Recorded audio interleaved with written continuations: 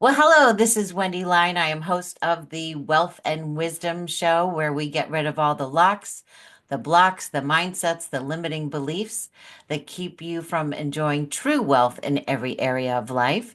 And I am here with Podapalooza 2025, and I'm here with JD, who is the owner of Freedom Biker Tours, freedombikertours.com. Hi, JD. How are you doing today? I'm excellent, Wendy. How are Awesome. you? Awesome. I'm doing fantastic. I cannot wait to tell everybody what you do, how you do it, and where you go because your biker tours are a cut above anything else that I even possibly imagined. The way we plan them, you betcha. Now, what got you into creating a biker tour company? Well, I've always ridden motorcycles. When I Mhm. was a teenager, I did a lot of dirt biking and that when you think you're invincible and you Yeah. can fly all over the place on the dirt and Oh, yeah. bikes and that. But then I got into riding street bikes and at first it was Yamahas and Suzukis and Hondas and bikes like that. But then I got married and had a family. Yeah. And my wife really wasn't into it. She thought the whole motorcycle thing was kind of silly. Silly. So that's yeah, Huh. exactly. That's why we're not married anymore. Yeah, right. Well, I would say I would describe it as, in a number of ways, but silly does not come to mind. Yeah, no, no, exactly. So Yeah. then I graduated up to the big boys and got my first Harley Davidson motorcycle. Uh-huh. And that's when I got into the whole motorcycle culture. I became a member of Harley Owners Group, of which I'm a life member now in Canada. And I really started to make a lot of friendships and the camaraderie and the culture, and I really started to understand it. But then 10 years ago, while I was going through, and actually 12 years ago now, when I was going through my divorce, I decided to really complicate my life even further. And I did a graduate degree, a master's degree, which was my third post-secondary educational pursuit.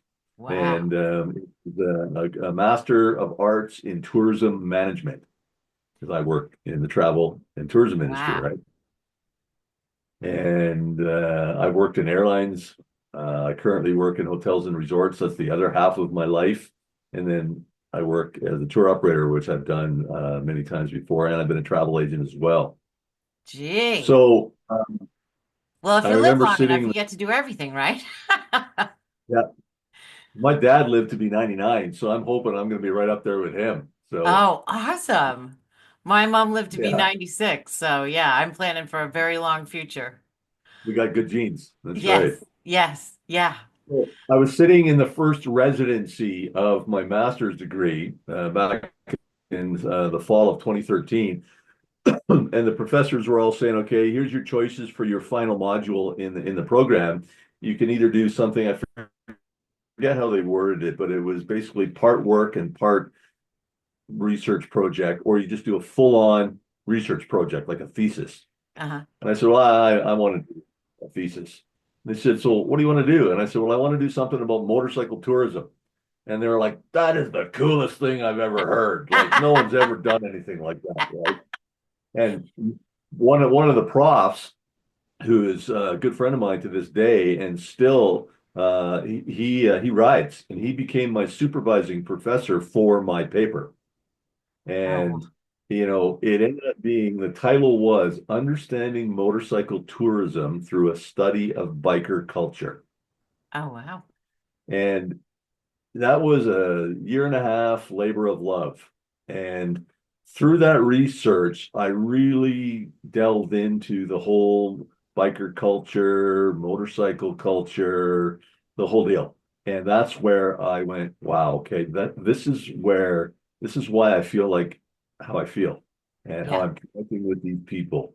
this is And where you belong. this is where I belong. This is where Yes. I'm happy. I discovered my happy place. I really did. Aw. After all the years, traveling and everything I've done in my life, I discovered my happy place was in the saddle, riding a Harley with my brothers and sisters. Oh, there you go. There you So, go. and Awesome. then that's where I started to think, you know, I'd like to, there's nobody in Canada that has a motorcycle tour company. No Canadian owned and operated motorcycle tours. And then, I've never heard of one in America or anywhere, let alone well, just there are like Canada.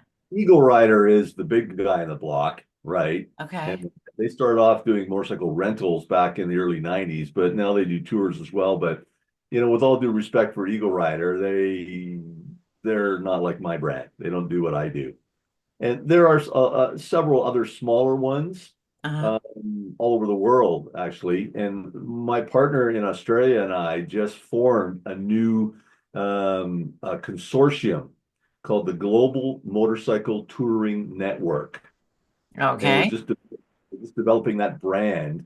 And the founding members are myself, Freedom Biker Tours, my Hmm. partners in Australia, Ride the World Motorcycle Tours, a fellow in London, England, who has his company called D Tours, and he does tours throughout the UK and Europe. Oh, And wow. then there's a fellow in Japan that is just putting together his brand now. He's going to be launching it in the fall. And then there's a fellow in Tanzania that does adventure riding around in Africa. And we're the founding members of this. And the whole idea is to support and promote each other's motorcycle tours around the world and Mm. foster a good level of credibility and integrity and that in the programs that we offer. That sounds fabulous. Well, I'll tell you, I told my husband what you do. And for everyone listening, JD and I have talked off camera. And for my 65th birthday, my husband and I are going on his Maritime tour up in Canada. And for those of you who have heard my story, my first husband died in a motorcycle accident. I met my husband now. He was on a motorcycle. So you would think I'd be like, "Oh, motorcycles, they're terrible and they're dangerous." But as someone who likes to ride on the back of one, there's no feeling like that freedom when you are just on the back of a bike and just outdoors. And in Connecticut, you could ride without a helmet, which of course people are probably freaking out, but still, there's just no feeling like it. And my husband currently rides a motorcycle to work every day because if he didn't, if he drove his truck, it'd be $250 a week in gas, and on a motorcycle, it's 45. So I've already told God, you're not taking another one. He's got to have angels around him at all times. No, no, no, that's not happening to me again. But I am so looking forward to going on this maritime tour with you and the places that you go and the things that you do. They're just amazing. You never put like a motorcycle tour together with a lobster lunch, which you had me at lobster. I told you that I love lobster. So I'm really looking forward to going on this tour in June. And I hope That's a, everyone listening will do the same. So go to freedombikertours.com to check out their various tours. And my husband said if you want to expand to America, he'd be more than happy to help you. well, it's interesting that you say that, and thank you for those accolades. I have a lot of experience in the motor coach tour group industry as well through my hotels that I work Mm. with up here in Okay. Canada. We do a lot of motor coach tour groups every summer, and that was part of my idea about my brand was it's the exact same kind of thing you would get on a bus tour. It's a vacation package where everything's included, except for you're not in a bus, we're cage free, we're on motorcycles. Yes. Yeah. But there's attractions, there's meals, there's nice accommodations, guides, support vehicle, fuel for the motorcycles, you Well, and you name have it. a pace truck or similar to a pace truck where you even carry the luggage. So the women or the men aren't just limited to saddlebags and that's all you can bring for this tour because your tours are the maritime tours. How many days total is the tour? 10 nights, 11 days. 10 nights, 11 days. So that's a lot of clothing.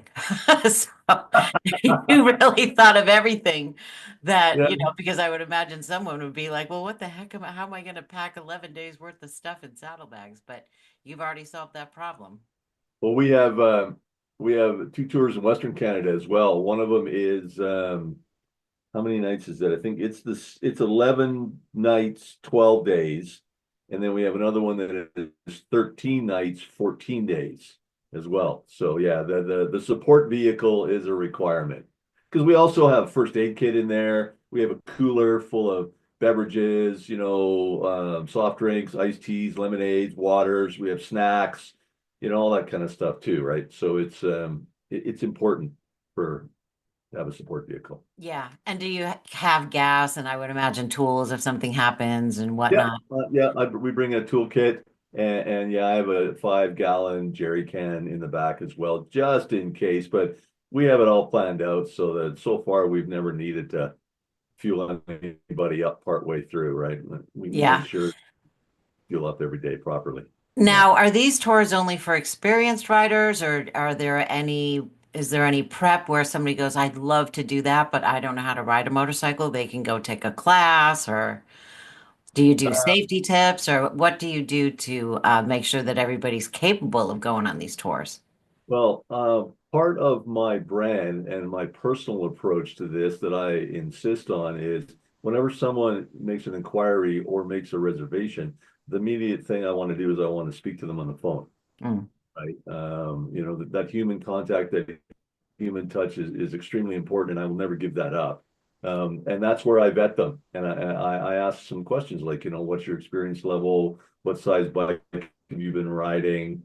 The minimum requirements for us are pretty much the same as how Eagle Rider does it. It's, at least a year's riding experience on a cruiser style motorcycle is Hmm. recommended.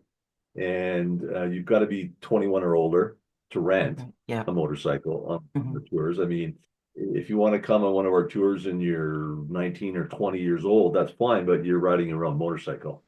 You can't rent one through us, Oh, right? okay. That's just the insurance laws for the rental companies, Oh, okay. 21 or older. Um, So you yeah, do rent the bike, so people don't have to worry, oh, I don't live in Canada. How am I going to get my bike over there? You rent the bikes, right? You rent Harleys or BMWs or what kind of bikes do you rent? I have rental partners wherever the city is that we are starting and ending the tour. I have a rental partner there, and they're Harley Davidsons. There's not a lot of rental options in Canada for non Harley bikes. There's just not. Yeah. So we go with the Harleys, and yeah, you can. And our pricing is either including a rental or we call it, ride your own. And we do Hmm. get people that ride their own. They ride their bike up here, they trailer it, they Okay. ship it, whatever Yeah. they want to ride. So, and if you want to ride your own bike, doesn't matter what the brand is. I don't care. We got a guy coming on our one of our Western Canada tours this coming summer, and he's riding a Can-Am, all right, Okay. which is the 2 wheels in the front. Yeah. Yeah. Yeah. So as long as you want to get your head in the wind, we don't care. As long as you're a cool person and want to have a lot of fun and share the same values as us, Yeah. and then we want you to come and ride with us. And I would imagine, do you see friendships formed and bonds formed? I would imagine, especially if you're riding with somebody for almost 2 weeks, right? I would imagine there's some lifelong friendships that come out of that. And Yep, absolutely. I still keep in touch with all the people in the last 3 years that have been on our tours. And we had 3 guys from New Brunswick that came out last summer and did our Ride the Rockies and Best of BC tour. And they were the funniest guys I think I've ever met in my life. One guy was a retired police officer from Fredericton, New Brunswick, Uh-huh. and he was just, well, just too long of a story to tell you about this guy, but we're probably going to meet him because I think he's going to come and join us for a couple of days on the Cabot Trail on the tour in June. Oh, Not very con good. not Awesome. confirmed yet, but he's been dropping some pretty major hints about it. And About him coming on the so Maritime tour? Yeah. yeah, well, just for a couple of days, Yeah. because he's a retired police officer, and with the whole theme of the tour being, Canada's healing landscapes, a motorcycle journey through the Maritimes, the theme of the documentary film is about the therapeutic aspect, the healing aspect of motorcycling. Mm. So he's a police officer. He's had a lot of trauma in his life. Oh, So to have yeah. someone like that there to interview and be part of the documentary is really, really a great thing. Um, Now tell but us about the documentary too that you'll be shooting on this well, trip. it's more Carmen, my fiance's documentary than mine, Okay. but it's her concept, it's her idea, and what happened was is I circling back to the conversation a few minutes ago, I've been in two significant motorcycle accidents in my life. Yeah. The first one was in 2012, and it was the other person's fault, but I broke bones. I shattered my collarbone. I broke a couple of ribs, Hmm. and it was quite painful. And then the other one was in 2016, and again, it was the other person's fault. My passenger was quite badly hurt, severed her pelvis in three different places, Oh, destroyed it. Oh oh, yeah, it was bad. But me, I mean, she turned in front of me and I T-boned her right front fender at about 40 kilometers an hour and torpedoed over her car and down the road. And I didn't break any bones. But I have chronic back, neck, and shoulder issues and all that. And that was a very traumatic experience for me. And I mean, I saw therapists, I've read lots of books. I meditate all the time now about it. It took a lot of years of really hard, concentrated effort and work for me to get through and to reconcile myself with this trauma that I experienced. I oh, mean, yeah, I I bet. should, I should Yeah. be dead Yeah. or paralyzed or something, right? Right. So the thing is, I got right back up and bought another Harley and was right back out the next year riding again. And I Wow. started a motorcycle tour company. There you go. So There you go. that, Well, you know what? that's Your the mess becomes whole, your message sometimes, right? Or the I like testing that. of me becomes my testimony.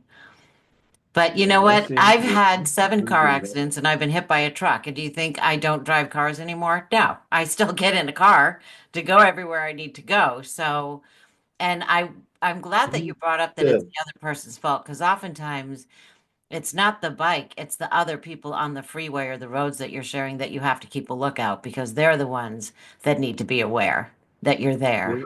I need you to text me those two sayings that you just said because those are awesome. Okay. Well, I'll say it again. Really. Our mess becomes our message, and the testing of me becomes my testimony. Mess, message. I'm writing them down. Well, this is being recorded, so you can watch it again. But I'm glad you're so impressed with that. Yeah, no, I like that. I really do. That's awesome. Even Carmen's shaking her head back here. Really good stuff. Because yeah, that and so that's what the documentary is partly about.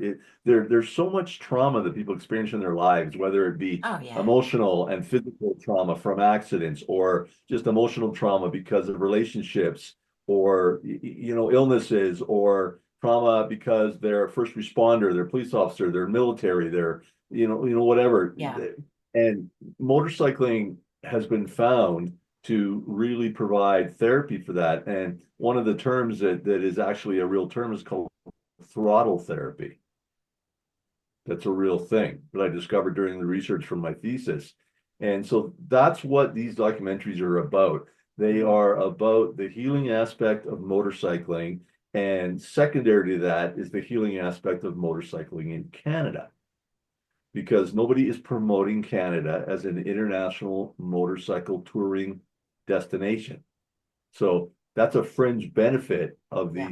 this documentary series that we're doing, because we're doing 5 of them. That's the plan in different parts of Canada over the next several years.